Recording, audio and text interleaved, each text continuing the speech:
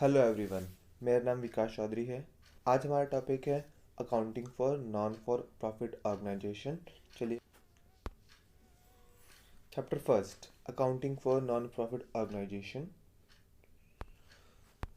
Definition of NPO.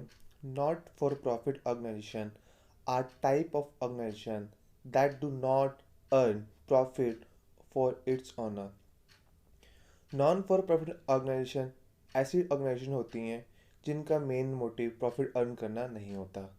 NPO are voluntary organization founded with objective for promoting art, culture, education and service without any intention of earning. NPO और organisation voluntary होती हैं। इनका main motive जो होता है हमारे art, culture और education को प्रमोट करना होता है। इनका मेन इंटेंशन प्रॉफिट अर्न ना करके लोगों को सर्विस प्रोवाइड करना होता है। Characteristics of not for profit organisation. First characteristics है, पहला इनका, the ultimate goal is provide service to member and to the society in general. First motive होता है कि जो उनके मेंबर्स हैं एनपीओ की, उनको सर्विस प्रोवाइड करना और पब्लिक जनरल को। The main source of income of this organisation is admission fee, subscription, donation, grant etcetera. इनकी मेन सोर्स ऑफ इनकम जो होती है वो एडमिशन फ़ी होती है, सब्सक्रिप्शन होता है और डोनेशंस होते हैं etcetera. This organisation are managed by a group of person elected the member. This group is called managing committee. Committee, इस ग्रुप को चलाने के लिए कुछ ग्रुप लोगों के ग्रुप्स होते हैं, उन ग्रुप्स को मैनेजिंग कमेटी कहते हैं। ये लोग उन मेंबरों से ही सिलेक्ट किए जाते हैं। There final account include receipt and payment account, income and expenditure account and balance sheet. जिस तरीके से एक नॉर्मल कंपनी के लिए फाइनल स्टेटमेंट में या फाइनल अकाउंट के अंदर trading and profit loss and balance sheet आता है, उसी प्रकार एनपीओ ऑर्गेनाइजेशन के फाइनल स्टेटमेंट के अंदर receipt and payment account, income and expenditure account और बैलेंस शीट आता है। आइए इनके बारे में आगे जानते हैं। फाइनल स्टेटमेंट ऑफ एनपीओज, जिस पहला है receipt and payment account. It is a prepared on the cash basis, ये कैश बुक, ये हमारे एक तरह का कैश बुक होता है, कैश बुक की तरह ही प्रिपेयर किया जाता है। It is a real account, ये एक तरह का रियल अकाउंट होता है। It is summary of cash and banking transaction which help in the preparation of income and expenditure account and the balance sheet. Receipt and payment account cash के आने या जाने की समरी होती है। इसके अंदर कैश इनफ्लो और आउटफ्लो को रिकॉर्ड किया जाता है। इसी के बिहाफ पर हम इनकम एंड एक्सपेंडिचर अकाउंट और बैलेंस शीट भी प्रिपेयर करते हैं। Second, income and expenditure account. It is like profit and loss account, ये प्रॉफिट एंड लॉस अकाउंट की तरह ही होता है। It is a nominal account. It prepare on the basis of receipt and payment account or other information. Income expenditure account prepare किया जाता है receipt and payment account के behalf पर और अदर जनरल इंफॉर्मेशन जो होती हैं एडिस्ट्रीमेंट्री।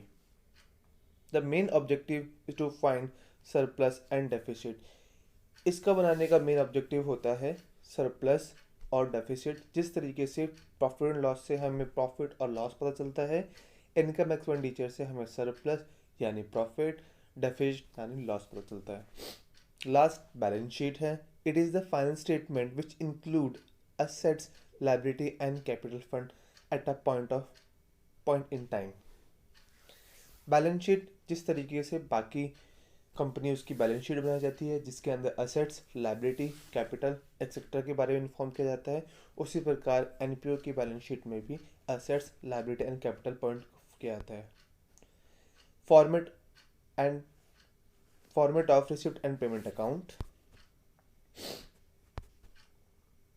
ये आपका फॉर्मेट है। आप देख सकते हैं डेबिट साइड और क्रेडिट साइड। डेबिट साइड में ओपनिंग बैलेंस दिखाई दे रहा है, क्रेडिट साइड में आपको at the end closing balance दिखाई दे रहा है। ओपनिंग साइड में जो भी इनकम हमें रिसीव हो रही होगी वो हम लोग डेबिट साइड में लिखेंगे, और जो भी एक्सपेंसेस हो रहे होंगे वो हमारी क्रेडिट साइड में आएंगे। तो आप देख सकते हैं to balance BD, cash in hand, cash at bank, to subscription, entrance admission fee, general grant, sale of newspaper, sale of old sports material, interest on investment, dividend, life membership, donation, legacy etcetera. ये सारी आपकी income है जो कि आपके source of income है, जिससे NPO को पैसा रिसीव होता है, वो आपके डेबिट साइड में आती है। अब बात करते हैं आगे क्रेडिट साइड की। क्रेडिट साइड इसमें पेमेंट साइड होती है। तो आप देख सकते हैं सबसे पहले लिखा हुआ है by balance BD in case of overdraft, by salary, bye rent, postage expenses, advertisement expenses, newspaper and magazine, insurance, honorarium, office expenses, purchase of fixed assets, sports equipment, buy investment etc. ये सारी वो expenditure हैं जो हमने purchase करे हैं जिससे cash का आउटफ्लो हुआ है ड्यूरिंग द ईयर। यहाँ पे कैश आप बैलेंस लास्ट में आपको balance sheet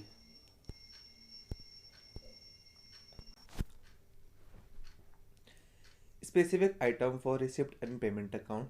receipt and payment account बनाते वक्त कुछ डिफरेंट या स्पेसिफिक आइटम्स आते हैं, उनके बारे में जानते हैं। सबसे पहला है subscription. It is a regular payment made by the members to the organisation. It is generally contributed annually. Subscription वो अमाउंट होता है, वो सोर्स ऑफ इनकम होता है जो कि इनके मेंबरों के द्वारा पे किया जाता है, और ये इनकम रेगुलर बेस पे पे की जाती है हर एवरी ईयर। सेकंड है entrance fee. Whenever a person is admitted as a member of the organisation, certain amount is charge from him और her to give him an admission. जब भी कोई भी व्यक्ति अगर एनपीओ के अंदर मेंबर बनना चाहता है, ऑर्गेनाइजेशन के अंदर एक मेंबर बनना चाहता है, तो उसे एक स्पेसिफिक फी पे करनी होती है जिसे हम एंट्रेंस फी या एडमिशन फी कहते हैं। Third, life membership fee. It is a capital asset for the organisation. It is charge once in the life of the member and avail service all though his life. Life membership fee, जैसे कि इसके नाम से पता चलता है, ऐसी fees जो लाइफ टाइम के लिए पे की जाती है। जब व्यक्ति ऑर्गेनाइजेशन से जुड़ता है तो वो एक फीस पे करता है जो कि लाइफ टाइम के लिए होती है, उसे हम लोग लाइफ मेंबरशिप फी कहते हैं। इसके अंदर वो एक बार पैसा जमा करके पूरी लाइफ तक सर्विसेज के बेनिफिट्स को उठा सकता है। Endowment fund. It is the fund which provide permanent mean of support for the organization. Any contribution toward this fund is an item of capital receipt. Endowment fund एक ऐसा fund होता है जो एनपीओ को सपोर्ट करने के लिए, NPO को चलाने के लिए बनाया जाता है। इसके अंदर अगर एडिशनल फंड एक्सेप्ट इंट्रोड्यूस करते हैं तो उसे हम कैपिटल रिसिप्ट कहते हैं। कैपिटल नेचर का होता है बिकॉज ऑफ ये कंपनी को चलाने के लिए काम आता है। Legacy. It is the amount which is received by organization as a per the will of deceased person. It is a capital receipt. Legacy क्या होता है?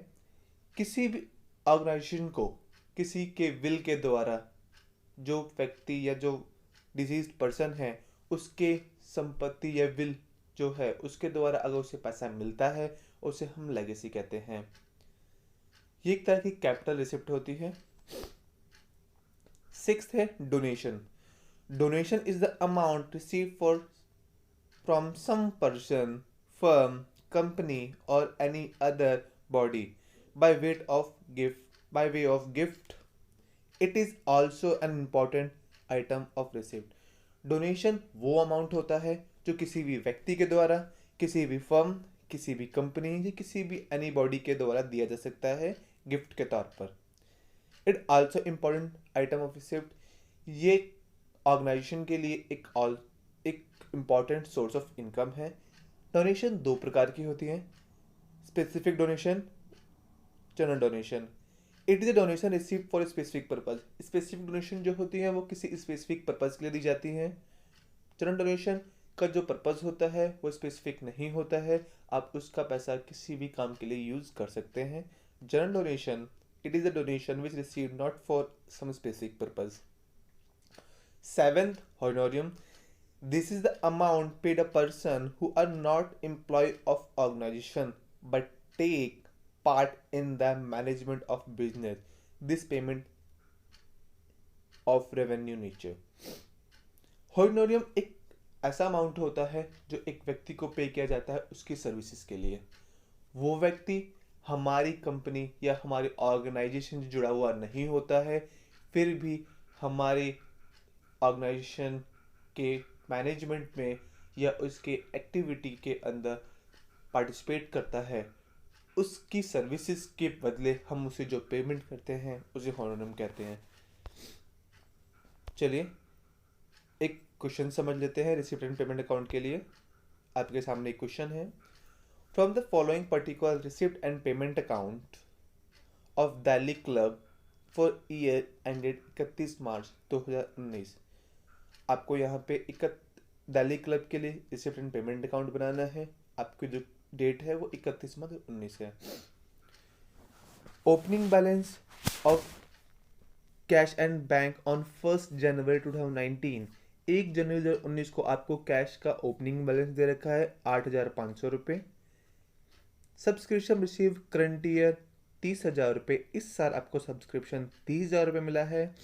प्रीवियस ईयर लास्ट ईयर आपको 2,000 है, फ्यूचर ईयर 1,000। इसका मतलब आप समझिएगा ध्यान से, सब्सक्रिप्शन रिसीट आपको मिला है इस साल के लिए 30,000 मिला है। पिछले साल जो आउटस्टैंडिंग था उसे प्रीवियस ईयर का आपको 2,000 में मिला है, और फ्यूचर ईयर के लिए जो आपको एडवांस सब्सक्रिप्शन होगा आपको 1,000 मिला है। लाइव मेंबरशिप फी आपको 7,000 मिली है। इन्वेस्टमेंट 30,000, डोनेशन 4,000, टूर्नामेंट फंड आपके जो हुए हैं वो 4,000 के हैं। फर्नीचर की वैल्यू है 15,000 रुपये। टूर्नामेंट एक्सपेंसेस हुए हैं 2,500 रुपये। सैलरी आपको 7,000 रुपये दे रखी है।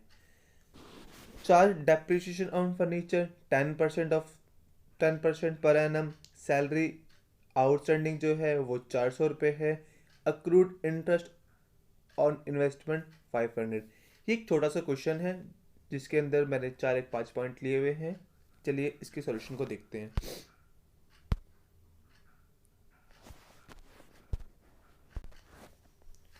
चलिए सॉल्यूशन देखते हैं। Receipt and payment account for the year ended 31 March 2019।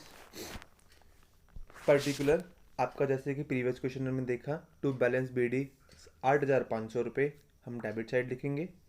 Subscription आपको प्रीवियस ईयर के लिए मिला था 2,000 रुपये, करंट ईयर के लिए मिला था आपको 30,000 रुपये, और फ्यूचर ईयर के लिए मिला था आपको 1,000 रुपये। वो हम सब्सक्रिप्शन यहाँ देखते हैं। हमें टोटल सब्सक्रिप्शन इस साल कितना मिला है? हमें टोटल सब्सक्रिप्शन इस साल 33,000 रुपये मिला है। लाइव मेंबरशिप फी की बात करते हैं तो आप लाइव मेंबरशिप फी देख सकते हैं। आपको यहाँ कितना मिला है? 4,000 रुपये।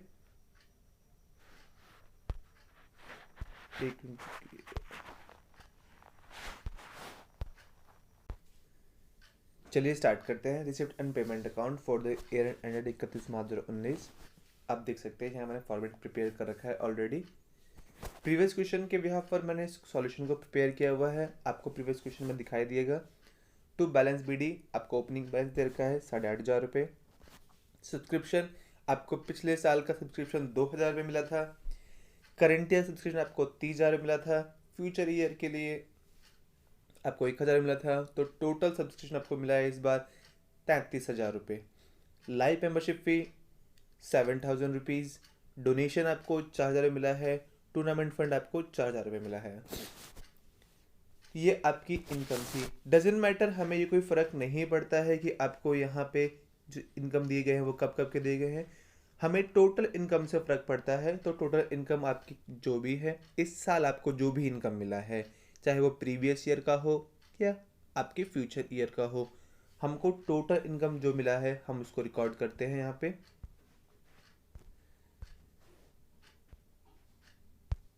आगे हम बात करते हैं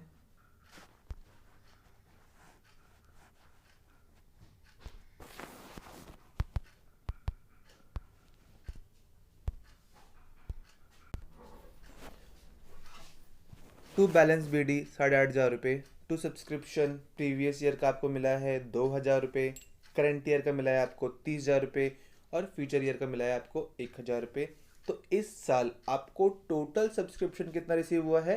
33,000 रुपये। टू लाइफ मेंबरशिप फी आपको 7,000 मिला था, वो भी आपकी इनकम है जो कि कैपिटल रिसिप्ट नेचर की होती है। डोनेशन आपको इस साल डोनेशन मिला हुआ है 4,000 रुपये। यहाँ जो डोनेशन दिया गया है कोई स्पेसिफाइड नहीं है, तो हम इसको जनरल डोनेशन ट्रीट करेंगे। और आपको टूर्नामेंट फंड के नाम पर 4,000 रुपये मिले हैं। देखते हैं हमने एक्सपेंसेस कितने किए थे। हमने इन्वेस्टमेंट परचेज की थी 30,000 रुपये की, फर्नीचर परचेज किया था 15,000 रुपये का, टूर्नामेंट एक्सपेंस जो हुआ था वो 2,500 रुपये का हुआ था, और जो सैलरी है वो 7,000 रुपीज़ है। क्वेश्चन के अंदर आपको अक्रूड भी दिए गए थे, हम केवल वही चीज़ लिखेंगे यहाँ पे जो हमने इस साल पे करे हैं, तो आपका क्लोजिंग बैलेंस आ जाएगा 2,000 रुपये। तो ये आपका रिसिप्ट एंड पेमेंट अकाउंट था। नेक्स्ट वीडियो में हम इनकम एंड एक्सपेंडिचर की बात करेंगे। आई होप आपको समझ में आया होगा। Thank you.